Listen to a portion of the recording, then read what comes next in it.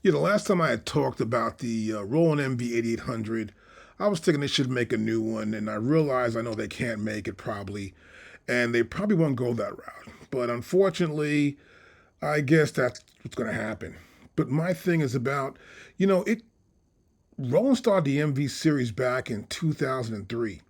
And AKAI had already been popular, right? They've been popular making their MPC 2000 XL, which is like one of the most popular items, and the MPC 2000. They were selling like hotcakes everywhere. But you couldn't go from the MPC 2000 to an actually mastered type demo to give to a label. Like you had to go to a studio or have more gear in order to create that product. And what was beautiful about the MV was that it could read MPC files. So I could take if someone did a song on an MPC, I could take that, put it in the MV-8000, and it would play back perfectly. Then I could take that track, I could have someone do vocals on top of that. Then I could mix it up, maybe bring a keyboard player in, use some synths that are already inside the MV-8000, add that to the track, mix it up, and then from there I can get maybe 3 or 4 songs together for a demo, and then take that and burn a CD that would be massive inside the machine. Now that was advanced for its time, and the MV was doing that, and AKAI didn't have the capability of doing that. They got lost in the idea of, oh, I'm going to make an MPC, and the next MPC, and the next MPC. But there was no innovation at that time from that company. They were lost in some sort of sauce of actually thinking they had it down totally. And the MV was moving in a direction that was worthwhile at that time, I thought. Because most people doing stuff at home don't have the capability of doing everything else you have to do. Like, record vocals, make sure the microphone's right, and then use a different system for that and pull the MPC and track it to tape or something. It took a lot. Even if you had the leases, you still had to do a lot more. But there was enough room in the MV to do all that. And Roland had the capability to do it. But they came out with another machine, which was the MV-8800. The first one was the 8000. 8800 was the next one. And then all of a sudden, it's doing it. But then all of a sudden, after the 2000, what was it, the 2007, when they released it, it was not going anywhere. And then the MPC came out with the MPC 5000.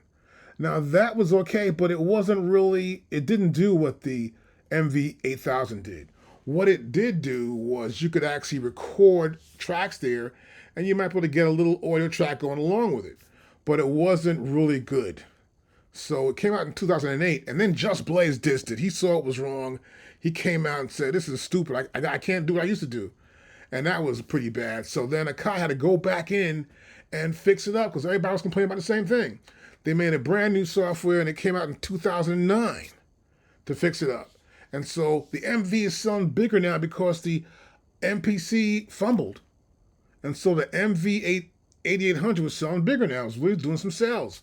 And it started picking up some little bit of, some gain here and there, which was cool because of the MPC. And then the real problem, I realized what happened to the MV-8000.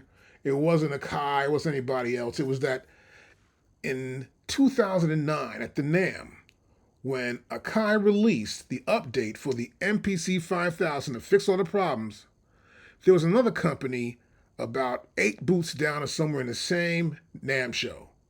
And that company was Native Instruments. And they released, and they gave a review for everybody to see, the Machine Mach 1, how the software worked. And it was like, wait a minute, you don't need a machine, you don't need like an MV or an MPC. You can use your computer's hardware, your computer's software. And you can use the software they give you. They're going to give you 5.2 gigabytes of samples, and which came out to be about 14,000 samples, which is like nobody was doing that. I wasn't doing that. Roland wasn't doing that. But these guys came out with it. And they had some keyboards too inside. And so the problem for the MV was not AKAI, and it was also Native Instruments, but the real problem is the technology. They didn't keep up with the technology, and they really haven't. But it's cool to see that the SP404 Mark II is out. And I like that that machine has its own sound, its own way of getting around. And I was thinking maybe the 8800 could come out again, but I think maybe not because Roland has not shown the capability of actually, after all these years, saying, well, wait a minute. We need to turn around and use the computer software and bring engineers in here and make some really great software. But they generally just put out a product that comes on one of their own devices, and I haven't seen them make a product yet that was going to say, okay, we're going to use the entire computer software and we're going to make our own type MPC type machine product. And I'm hoping they make an 8800, but I think maybe I saw the comments people left. Thanks a lot.